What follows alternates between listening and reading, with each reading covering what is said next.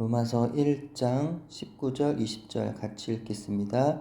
이는 하나님을 알만한 것이 그들 속에 보임이라. 하나님께서 이를 그들에게 보이셨느니라. 창세로부터 그의 보이지 아니하는 것들 곧 그의 영원하신 능력과 신성이 그가 만드신 만물에 분명히 보여 알려졌나니 그러므로 그들이 핑계하지 못할지니라. 아멘. 우리는 하나님을 모른다고 핑계할 수 없으며 세상의 그 어떤 사람도 하나님을 모른다고 핑계를 댈 수가 없습니다. 우리 주위의 자연, 우주 만물을 보아도 하나님의 살아계심은 명백하게 나타납니다. 사계절, 햇빛, 공기, 바람과 구름, 산과 바다, 자전과 공전 등 이루 말할 수 없는 것들을 통해서 우리는 하나님의 존재를 알 수 있기 때문입니다. 세상의 그 어느 누구도 자신의 불신앙을 핑계댈 수가 없습니다. 하나님을 몰랐다고 변명할 수도 없습니다. 창세기 1장 26절에서는 하나님이 이르시되 우리의 형상을 따라 우리의 모양대로 우리가 사람을 만들고 라고 했습니다. 무엇보다도 나 자신이 바로 하나님의 형상입니다. 나는 하나님의 형상, 하나님의 붕어빵입니다. 때문에 하나님을 알 수가 있는 겁니다. 1980년대 남북 이산가족들이 반세기 만에 만나는 장면을 본 적이 있습니다. 수십 년 만에 만났어도 혈육끼리는 금세 알아봅니다. 본질적으로 무언가 끌리는 게 있는 것이죠. 마찬가지로 하나님이 나를 자녀로 지으셨기 때문에 우리는 내 아버지이신 하나님을 모른다고 핑계댈 수가 없는 겁니다. 하나님을 알만한 것을 직역하면 하나님의 지식입니다. 근데 하나님의 지식과 하나님에 관한 지식은 다릅니다. 오히려 반대의 개념이라고 할 수 있습니다. 우리에게 필요한 것은 하나님에 관한 지식이 아니라 하나님의 지식입니다. 하나님의 지식을 갖는 것은 하나님 앞에서 죄가 죄인 줄 아는 겁니다. 하나님 앞에서 내가 얼마나 죄인인가를 알고 할 말이 딱 없어지는 것을 말합니다. 핑계와 구실은 타락한 인간의 특징적인 언어입니다. 근데 바울이 왜 여기서 이런 말을 하는 걸까요? 불의한 자들이 하나님을 모른다고 자꾸 핑계만 대고 있었기 때문입니다. 다윗은 믿음의 사람이었지만 간음하고 거짓말하고 살인했습니다. 하지만 나단 선지자가 와서 자신의 죄를 지적했을 때 그는 한마디도 변명하지 아니하고 그 자리에서 자기 죄를 실토했습니다. 하지만 불의한 자는 자신의 죄를 순순히 실토하는 법이 없습니다. 선악과를 먹고 들킨 아담은 이 모든 것이 하나님이 주신 하와 때문이라며 하와에게 모든 책임을 떠넘겼죠. 모세의 형 아론도 모세가 십계명을 받으러 시내산에 올라가 있는 동안 금송아지를 만들어 섬기고는 모세가 내려오자 백성들이 부추겼기 때문에 그랬다면서 백성들에게 책임을 돌렸습니다. 이렇게 타락한 인간의 특성은 자기 죄를 고백할 줄을 모르고 늘 핑계를 대더라는 거죠. 근데 이렇게 볼 때 다윗과 같이 자기 죄가 드러났을 때 자기 죄를 실토하고 회개하며 용서를 구할 줄 안다는 것은 보통 어려운 일이 아니라는 사실을 알 수가 있습니다.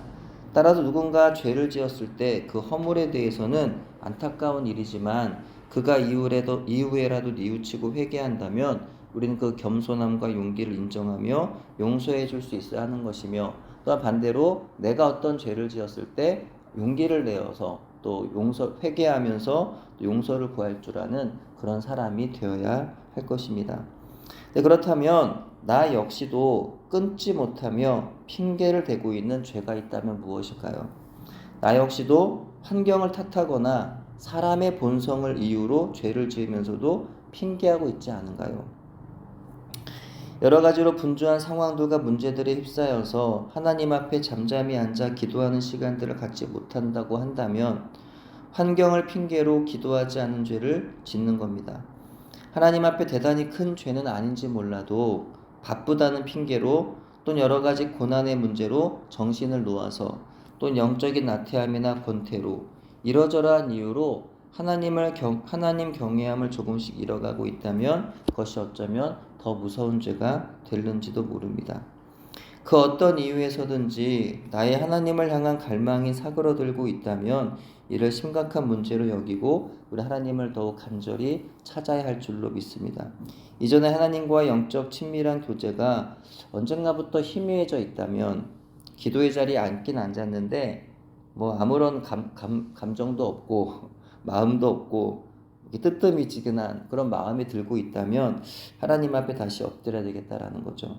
그렇게 하나님 경외함을 다시 회복해야 하겠다라는 겁니다. 사랑하는 사람들, 사랑해야 하는 사람들과의 관계에서 자주 갈등이 생기고 용서하지 못하는 상황들이 벌어지면서 이를 죄로 여기지 아니하고 상황을 탓하고 상대를 탓하면서 핑계를 대기도 합니다. 내 안에도 자기 죄를 인정하지 않고 핑계하는 타락한 죄의 본성이 있는 것을 보게 됩니다. 이와 같이 자기 죄를 언제나 인정하지 않고 핑계만 대고 있다면 점점 죄에 대해서 무감각해지게 될 것입니다. 하나님께서 죄를 깨닫게 하시면 즉시 인정할 줄 알아야 합니다. 겸손히 용서를 구하면서 회개할 수 있어야 합니다. 근데 이것이 안 된다면 하나님의 풍성한 은혜 가운데로 나아갈 수가 없는 거죠. 결국 삶의 문제가 일어나는 것이고 급기야 구원의 문제까지 이어지게 될 겁니다. 사람이 사는 길은 하나님을 인정하는 겁니다. 사람이 사는 길은 거룩하신 하나님 앞에서 나의 죄인됨을 인정하는 겁니다. 또 하나님 앞에서 나의 죄를 실토하는 겁니다. 핑계하지 않는 겁니다. 오늘 우리의 삶과 믿음의 자리에서 사람들과의 관계에 있어서 내가 바로 죄인임을 먼저 인정할 줄 아는 저와 여러분 되기를 바랍니다. 그래 하나님과 사람 앞에서 용서의 은총을 받는, 그래서 더욱더 하나님 은혜 안에서 풍성한 삶을 누릴 수 있는 저와 여러분 되기를 바랍니다. 기도합니다. 하나님 아버지, 저희로 하여금 온 세상 만물을 통하여 하나님의 살아계심을 보게 하옵소서. 하나님을 알지 못한다고 핑계하는 사람처럼 살지 않게 하옵소서. 힘들고 어려울 때마다 하나님을 모르는 사람처럼 실망과 두려움으로 살지 않게 하옵소서. 죄를 지었으면서도 핑계하며 남 탓하지 않게 하옵소서. 기도하기를 쉬는 죄를 짓고 죄의 말씀을 외면하며 하나님 경외함을 잊은 채 살지 않게 하옵소서. 바쁘고 분주한 생활에 얽매여 또 여러 가지 힘들고 어려운 문제 상황들에 마음을 빼앗겨서 하나님을 잊지 않게 하옵소서. 오늘도 하나님의 살아계심을 삶의 모든 상황 속에서 경험하게 하옵소서. 나의 죄인됨을 늘 고백하며 겸손히 예수님을 더욱 의지하는 우리 모두가 되게 하옵소서. 예수님 이름으로 기도합니다. 아멘.